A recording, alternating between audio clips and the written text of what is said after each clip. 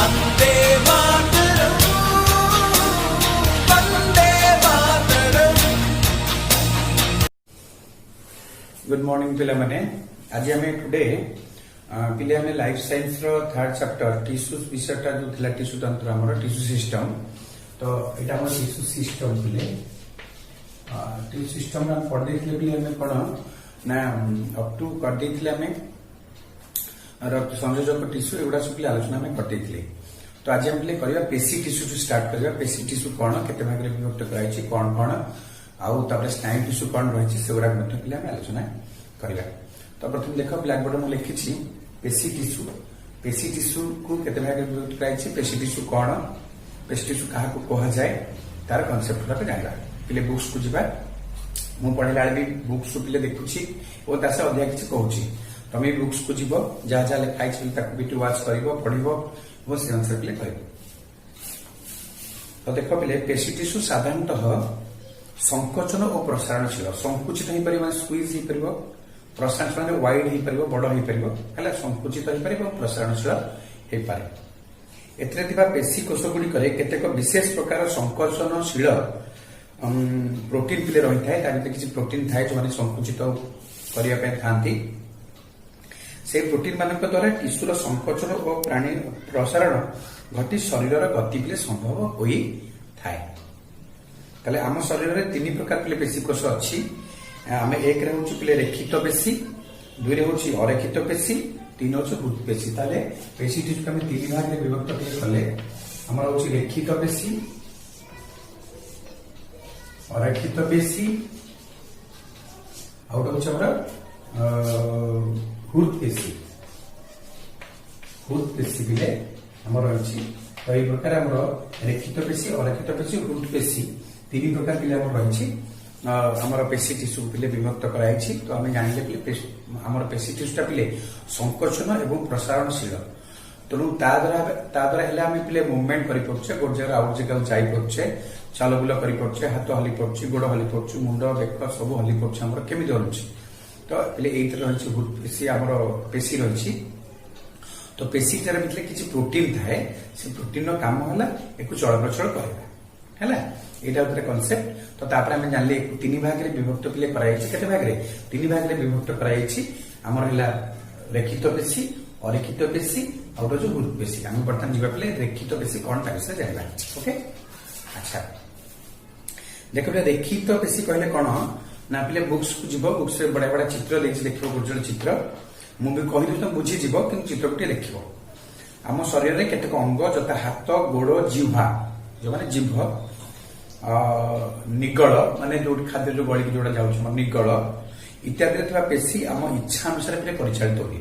आमे GeM चाहबा same हम हाथ इच्छा में हाथ हलेबा, आम इच्छा में गोड़ हलेबा, एवरा सब आम इच्छा पर निर्भर करूछि। तेणु जोड़ा के इच्छा पर पिले परिचालित ताकले रेखित पेशी कहा जाए। ओके तो यही पेशी गुड़िक अणुवीक्षण देखिले जदि आम माइक्रोस्कोप रे पिले देखिबा से माने कोन देखा ना एथरे अनेक कला और फिका बैंड भली देखा जिवो। माने जेमति आमे हाथ रे बैंड पिनछे, मुंडे बैंड पिनछे, नि कला कला कला कला हेकी पिले देखा जिवो। बुझ पाछो का एमति थिबो से एबरा ଗୋଟେ पार्ट हम नै गेले माने कर एमति थिबो, एटा ଗୋଟେ कला थिबो थिबो, एटा ଗୋଟେ कला थिबो थिबो, एटा ଗୋଟେ कला थिबो थिबो, एमति सेकी पिले थिबो तार चित्रटा एमति थिबो। अच्छा ताले पिले एतरे मन रखिया जिंस कोन हैला मन रखिया आमे जे पेशी गुड़िक कला और फिका बैंड रही पार एगुड़िक पिले रेखित पेशी कह जाए। कौन कह जाए ताको रेखित पेशी कहती। आई पेशी गुड़िक आम इच्छा अनुसार परिचालित होती ऐच्छिक पेशी कह जाए। रेखित पेशी अन्य नामटा आम ऐच्छिक पेशी नाम नामित आम कर आम इच्छा अनुसार जो पेशी गुड़िक परिचालित हुए ऐच्छिक पेशी रेखित पेशी कह जाए। देखा मैंने कला कला बैंड भूल सब थे, मझे मझे गोटे कला कला बैंड थी से पिले थी। अच्छा एटा हচ্ছে कला बैंड, एटा हচ্ছে कला बैंड, एटा हচ্ছে कला, एटा हচ্ছে धड़ा धड़ा बैंड, कला बैंड एक थिबो, धड़ा कला, धड़ा कला एमति थिबो। ताले पिले एटा हम जानले एटा को मन रखिबो लिखिबो। एतरा कोन अछि ना ए पेशी रे कोष गुडी को लंबालिया देखा जिवो बा सिलिंडर आकृति देखतो पिले नळ सदृश होइतबो सिलिंडर भलिया एवं शाखा विहीन पिले यार शाखा प्रशाखा अन्य आडे पड़े नाही हैला एवं बहु नेस्टीय होइथांती।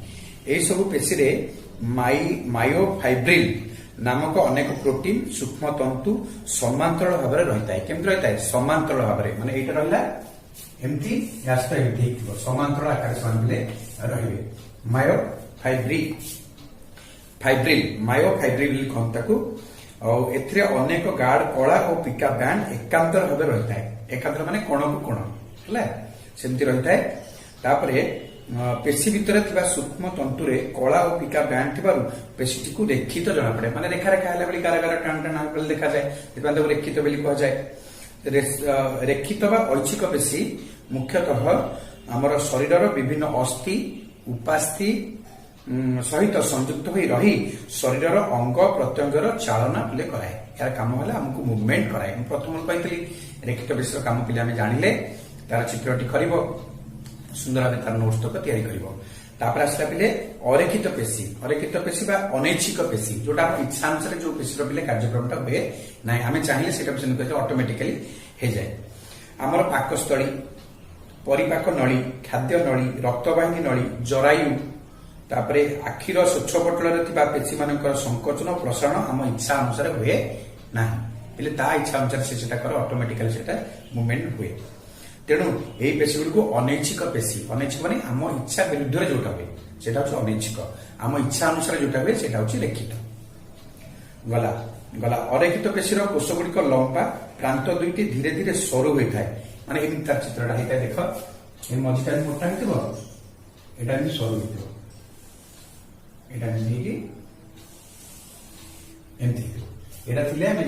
कौन प्रांत कड़टा सरू मझीटा मोटा एटा अरेखित पेशी।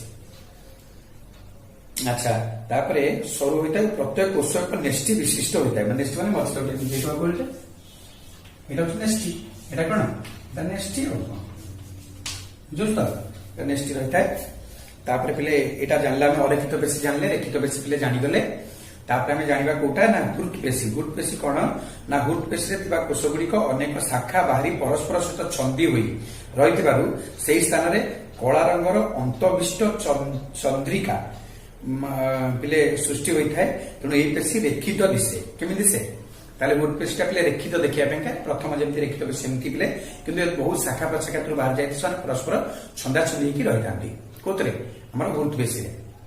ताले स्वयं चालित स्नायुतंत्र, स्वयं चालित जोटा आपे आपे चले सेटा स्वयं चालित बोली कहा जाए। स्वयं चालित स्नायुतंत्र द्वारा यह पेशी नियंत्रित होइतिबारु यह अनैच्छिक पेशी परि काम करे। कामटा तार अनैच्छिक पेशी परि देखिबो पिले रेखित पेशी परि दुईटाकर गुण पिले से ता पाखरे थाए। का पाखरे ना हुट पेशी पाखरे पिले थाए। एई प्रकार पिले हम तीन प्रकार जानिले। आउ तार टिके आउ जोडा पॉइंट अछि ताक मध्ये आलोचना करबा। हुट पेशीर कोषरे अनेक माइट्रोकॉन्ड्रिया पिले थाए। माइट्रोकॉन्ड्रिया पिले कहती कोष अंगिका बोली कहा जाए। आमर शरीर भितर प्राय 9टी कोष अंगिका पिले रही तन्मध्य माइट्रोकॉन्ड्रिया हूँ अन्यतम। से माइट्रोकॉन्ड्रिया कोष अंगिकाटी आमर हुट पेशी भितर रही है। यह पेशीर संकोचन और प्रसारण जीवन सारा पिले चले। हुट पेशीर संकोचन प्रसारण पिले ऑल टाइम मनुष्य बंचित पर्यंत शरीर भितर पिले चालू रही है। कौटा हुट पेशी ये भाव आम जानले पिले पेशी टिश्यू क्या कहती। पेशी टिश्यू को केते भाग रे विभक्त करा जायछि। पेशी टिश्यू को मूवमेंट करने किसी प्रोटीन आवश्यकता पड़े। तादर गोटे फाइब्रिनोजेल ना कौन पड़े से आउटे देखा बुक्सटा चिपा से पिले फाइब्री आमर कहती तुम तार कड़े गला बुक्स था मायोफाइब्रिल बोली कह जाए। कौन कह जाए मायोफाइब्रिल जमी प्रोटीन गोटे ना देछि बुक्स रे सेमती अनेक किसी प्रोटीन सहित अच्छा जो मैंने क्या मुवमेंट कराउछन्ती साधारणतः अस्थि उपास्थि माने पिले स्थान पाती है। जहाँ जहाँ मुझे कहली पूर्व नोट्स कर नोट्स करके सुंदर भाव पेशी टिश्यू गोटे कनसेप्ट तैयारी कर पेशी टिश्यू कौन यार विभागीकरण संक्षेप में वर्णना कर गोटे क्वेश्चन पिले तैयारी तुम कर। तापर आम जा गोटे क्वेश्चन पिले आमर आसला स्नायु टिश्यू नर्भस सिस्टम।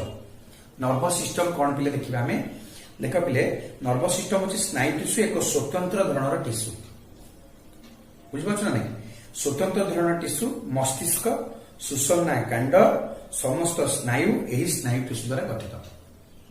यही सब टिश्यूर गाठनिक क्रियात्मक एकक को स्नायु कोष पिले कह जाए। से गाठनिक क्रियात्मक एकक को पिले कह जाए स्नायु कोष बोली कह जाए। स्नायु टिश्यू उद्दीपना ग्रहण करने स्नायविक आवेग परिवहन करने स्नायु कोष मध्य विद्युत रासायनिक प्रक्रिया द्वारा स्नायविक आवेग संचरित होई शरीर विभिन्न प्रक्रिया को नियंत्रण करवा। सपोज आम गोटे पिंपुटे कामुड़देला आम केमी जानुचे ना आम शरीर मनकर गोड़ को कामुड़देला आम हाथ कौन कर पिंपुड़ी पाखे जाए पहुंचुची ताले पिंपुड़ी कामुड़ा समय स्नायविक उद्दीपना आसिक आम कौटी मस्तिष्क पहुंचला मस्तिष्क से खबर देला क्या हाथ को दे हाथ देख बर्तमान तो पिंपुड़ी कामुड़ा तो गोड़ आम जाए गोड़ कौन करचे पिंपुटा से हटाई देवा चेष्टा करचे तेणु स्नायविक आवेग ग्रहण कला ग्रहण कर हाथ देख से जगह पहुंचला पहुंचला पिंपुड़ी से उठले गला ताले यही प्रकार पे आम स्नायु को ग्रहण करवा आवेग को पठेवा से जगह जाए पहुंचवा ये सब पे स्नायु कोष कार्य पे होता है। ताहले स्नायु कोष मुख्यतः पे 3टी अंश पे विभक्त केतोटी अंश 3टी अंश पे विभक्त कराई गोटे हूँ कोष पिंड सेल बॉडी गोटे हूँ डेंड्रन आउ गोटे हूँ एक्शन 3टा जिनस पे रही स्नायु कोष 3टा जिनस पे मन रखिब एक रहा कोष पिंड डेंड्रन और एक्शन ताले स्नायु कोषटा पे मन रखले तो स्नायु कोषर काम हूँ उद्दीपना ग्रहण करवा गोड़ को पिंपुड़ी कामुड़ा से कथरा जाकि मस्तिष्क पहुंचवा सुषुम्ना कांड द्वारा जाए पहुंची पहुंचला आम स्नायविक आवेग परिवहन कर खबरटा जाकि पहुंचला से हाथरा जीव जाए कौटी गोड़ पाखे पहुंचब सेटा हूँ ये 2टा जिन हुए ता सहित पे कौन हुए स्नायु कोष विद्युत रासायनिक प्रक्रिया द्वारा स्नायविक आवेग संचरित जो स्नायविक आवेगटा आम ग्रहण करदे उद्दीपनाटा ग्रहण कले जो आवेगटा सृष्टि है क्या द्वारा जीव ना विद्युत रासायनिक प्रभाव द्वारा जीव सहित परिवाहित होकर से जगह पहुंचवा हाथ एवं से हटेब ताले ये तीन प्रकार पे जानले कोष पिंड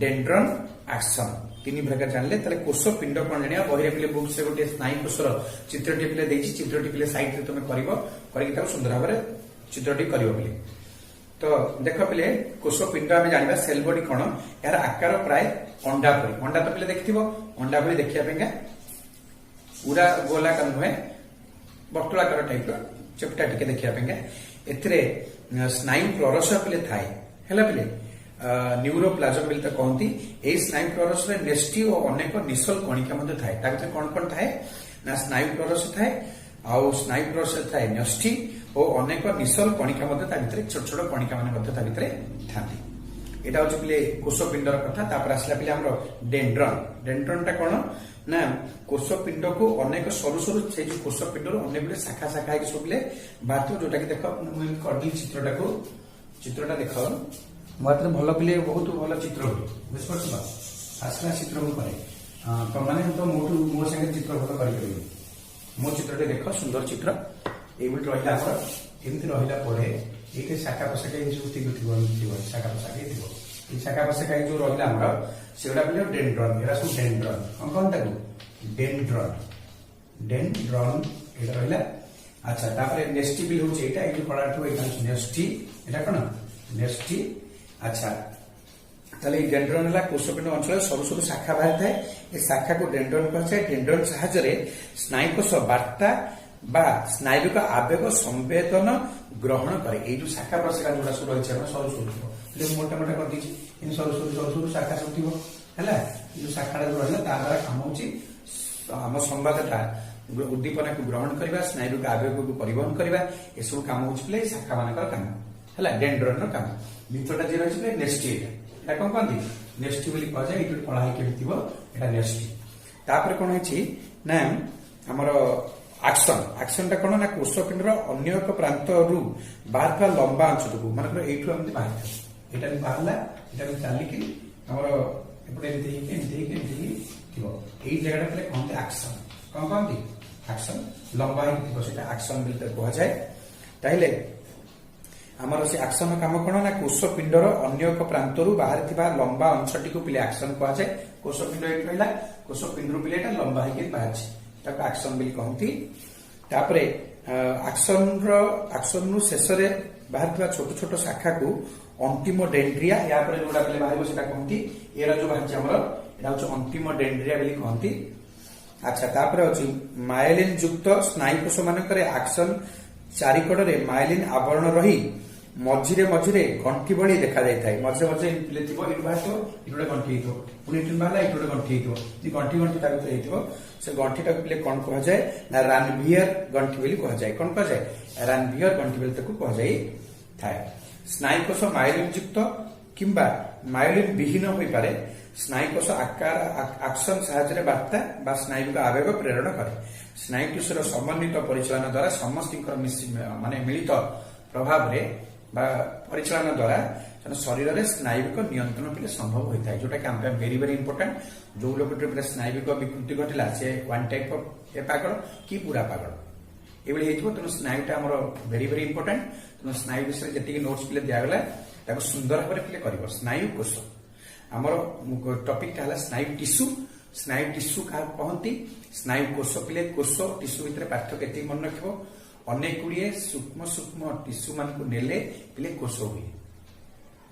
କୋଷ ମାନଙ୍କୁ ନେଲେ ପିଲେ ଅନେକ ଗୁଡ଼ିଏ କୋଷ ମିଶିଲେ ଆମର ବିଭିନ୍ନ ପ୍ରକାର ଅଙ୍ଗ ହୁଏ। ଅଙ୍ଗ ମାନଙ୍କୁ ମିଶେଇଲେ ଅଙ୍ଗ ସଂସ୍ଥାନ ହୁଏ। ଅଙ୍ଗ ସଂସ୍ଥାନକୁ ମିଶେଇଲେ ପିଲେ ଜୀବ ଶରୀର ହୁଏ। ବୁଝିପାରୁଛ ତ? ଏଇଭଳି ଡେଭଲପ କରିକି ଗୋଟେ ଉଦ୍ଭିଦ ଜଗତ ପ୍ରାଣୀ ଜଗତ ପିଲେ ଡେଭଲପ ହେଇକି ଆଜି ପର୍ଯ୍ୟନ୍ତ ଜୀବ ଜଗତରେ ତିଷ୍ଠି ରହିଛି। ବୁଝିପାରୁଛ ନା ନାଇଁ? ତ ମୋଟାମୋଟି ଭାବେ 2ଟି କ୍ୱେଶ୍ଚିନ୍ ତମ ସହିତ ପିଲେ ମୁଁ ସେୟାର କଲି। 2ଟା କ୍ୱେଶ୍ଚିନ୍ କୁ ସୁନ୍ଦର ଭାବରେ ନୋଟ୍ ପିଲେ ତିଆରି କରିକି ମୋ ପାଖକୁ ନୋଟ୍ ଯୋଡ଼େ କ୍ୱେଶ୍ଚିନ୍ ପିଲେ ହେଲା। ଗୋଟେ ହେଲା ପେଶୀ ଟିସୁ କଥା ହେଲା, ଗୋଟେ ହେଲା କଣ ସ୍ନାୟୁ ଟିସୁର କଥା ହେଲା। ତା ଭିତରେ ଯାହା ଯାହା ସର୍ଟ ଟାଇପ୍ ଆସିବ ତାକୁ ବି ନୋଟ୍ସ ତମେ କରିଦେଇଛ ଆଗରୁ। ବର୍ତ୍ତମାନ ଲଙ୍ଗ ଟାଇପ୍ ଦିଟାକ ପିଲେ ତମେ ଲେଖିବ। ଲେଖିକି ଆଜି ମୋ ପାଖକୁ ତମେ ଟୁଡେ ଆଜି ତମେ ସେଣ୍ଡ କରିବ। କେତେ ସୁନ୍ଦର ଭାବେ ଲେଖିଛ ମୁଁ ତାକୁ ଦେଖିବି। ଆଉ ପିଲେ ସବୁବେଳେ ମୁଁ ତୁମକୁ କହି ବାରମ୍ବାର ଯୋଉ ଭିଡିଓ ଦେଖିବ ତୁମେ ତାର କମେଣ୍ଟସ ଦବ। ସମସ୍ତେ ସେଥିପାଇଁ ଦେଲେ ମୁଁ ଜାଣିବି ଆଜି ଏତିକି ପିଲାମାନେ ଦେଖିଛନ୍ତି ମୋର କମେଣ୍ଟ ଇଏ ଭିଡିଓକୁ ଦେଖୁଛନ୍ତି, ତାକୁ ଠିକ ଲାଗୁଛି କି ନା ନାହିଁ, ଭଲ ଲାଗୁଛି ନା ନାହିଁ, ଏଗୁଡା ବି ତୁମେ କରିବ। All the best. ଟୁଡେ ପାଇଁ ରହିଲି। ତୃତୀୟ ବିଷୟ ଆମର ସରିଲା। ୟା ପରେ ଆମେ ସର୍ଟ ଟାଇପ୍ ଗୁଡାକ ପିଲେ ଆଲୋଚନା କରିବା। ସର୍ଟ ଟାଇପ୍ ର ଏକ୍ସାମିନେସନ ହବ, ସବୁଗୁଡା ପିଲେ ଚାଲିବ। Okay, thanks. All the best.